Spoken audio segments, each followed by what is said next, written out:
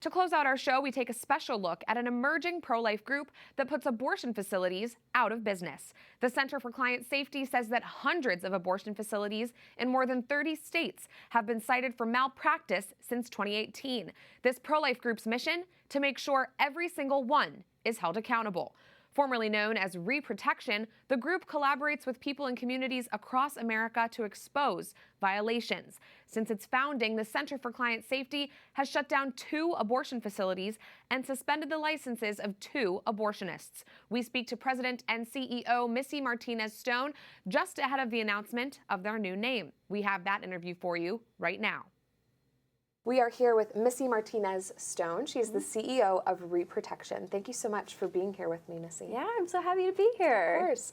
So tell me about your mission at Repr. Repr was started about 3 years ago, and it was specifically to help pro-life advocates shut down the abortion facilities in their communities.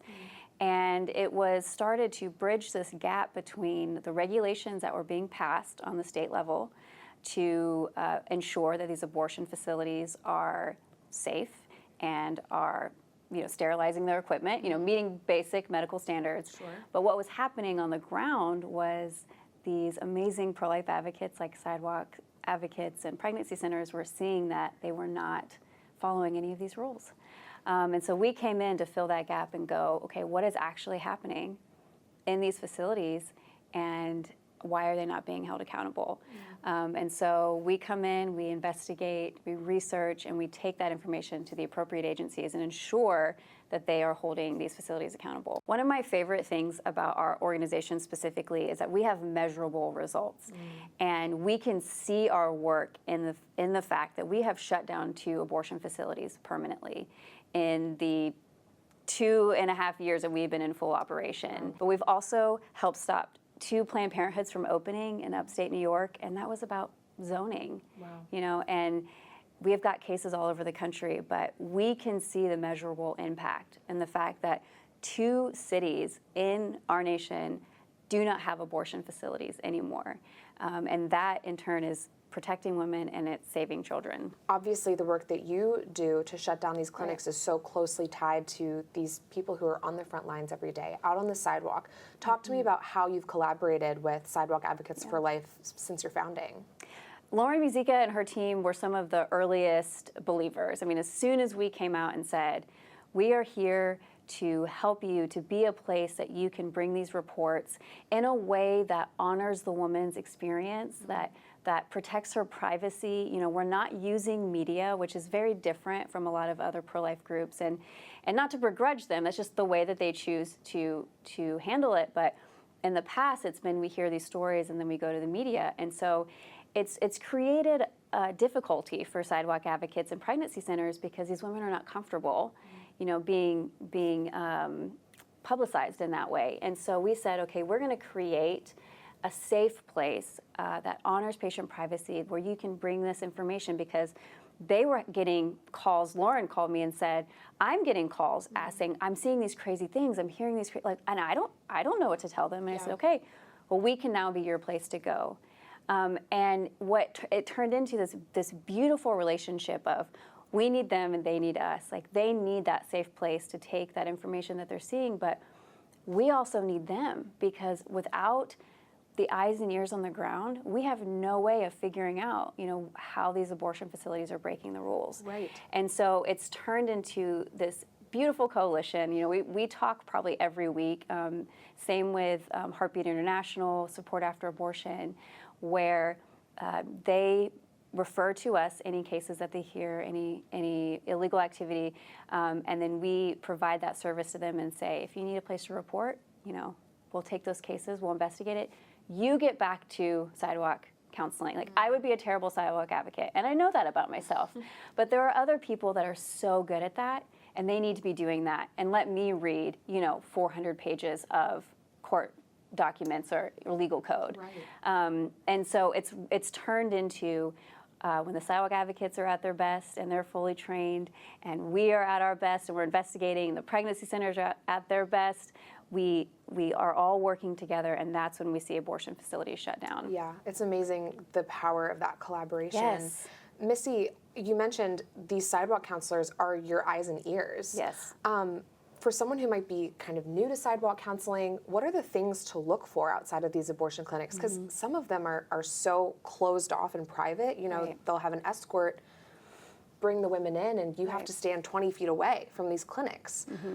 So what should people be looking for? I mean, we have had situations that are so glaringly obvious because women have come running out of the facility screaming, call 911, or women have left in obvious physical distress, and the sidewalk advocates were the ones who actually called 911 when the abortion facility did not. And so there are really obvious cases like that. Like if a woman seems like she is in distress and the abortion facility is abandoning care for her, Sure. we hear those kinds of cases. But other than that, it's really the conversations after the abortion. So if they're outside while the women are leaving, sometimes these women will disclose information to them about their experience, how badly they were treated, their vitals weren't being monitored, they didn't feel fully informed going into the decision. They were put in a room with 10 other girls and given the pill all at the same time. And so sometimes these women are leaving and they're so distraught about their experience that they'll talk to the sidewalk advocates or they'll talk to the pregnancy center and say, this was not okay. And that's where they go, hey, there's a group that can advocate for you and for your safety, and we can hold them accountable for that. And so it's just really anything that sounds illegal or unethical, it probably is. And we can take that time to determine, what next steps need to be taken. Missy, you mentioned abortion pills, and obviously this is another front that we're facing now. States like California are stockpiling abortion pills. Some abortion clinics are remaining open just to dispense pills to women. They're not doing surgical abortions, but they're doing abortions by pill. How is Reprotection navigating this part of the fight? The entire pro-life movement is having to adjust a little bit, post Dobbs, post the reversal of Roe versus Wade. Right. It created a new frontier for us, right? And a big part of that has been, some states have made abortion illegal, except for some very, very specific cases, but it's created this black market of abortion pills. And, states like California, Illinois, New York, they are advertising, come to our state and get an abortion, but at the same time, they don't regulate their abortion facilities at all. Like the health department has no jurisdiction over their abortion facilities. So to me, that's just a situation just waiting for abusers to take advantage of, right? But the real issue has become the mailing of abortion pills to these women that have not seen a physician, that have not been checked for risks, that are taking these pills when they're too far along or they're past FDA recommendations to take it, and there's no oversight. And the abortion industry has gotten so desperate to keep abortion pills accessible that they've removed every safety guideline. And who's paying the price for that? It's the women that are having complications. Right. And so what we're doing is we're working with states right now to figure out, okay, what is on the books? What can we enforce? How can we make distributing the abortion pill illegal in these states? Or, this is the whole conversation that the National Pro-Life Movement is having is how do you regulate this?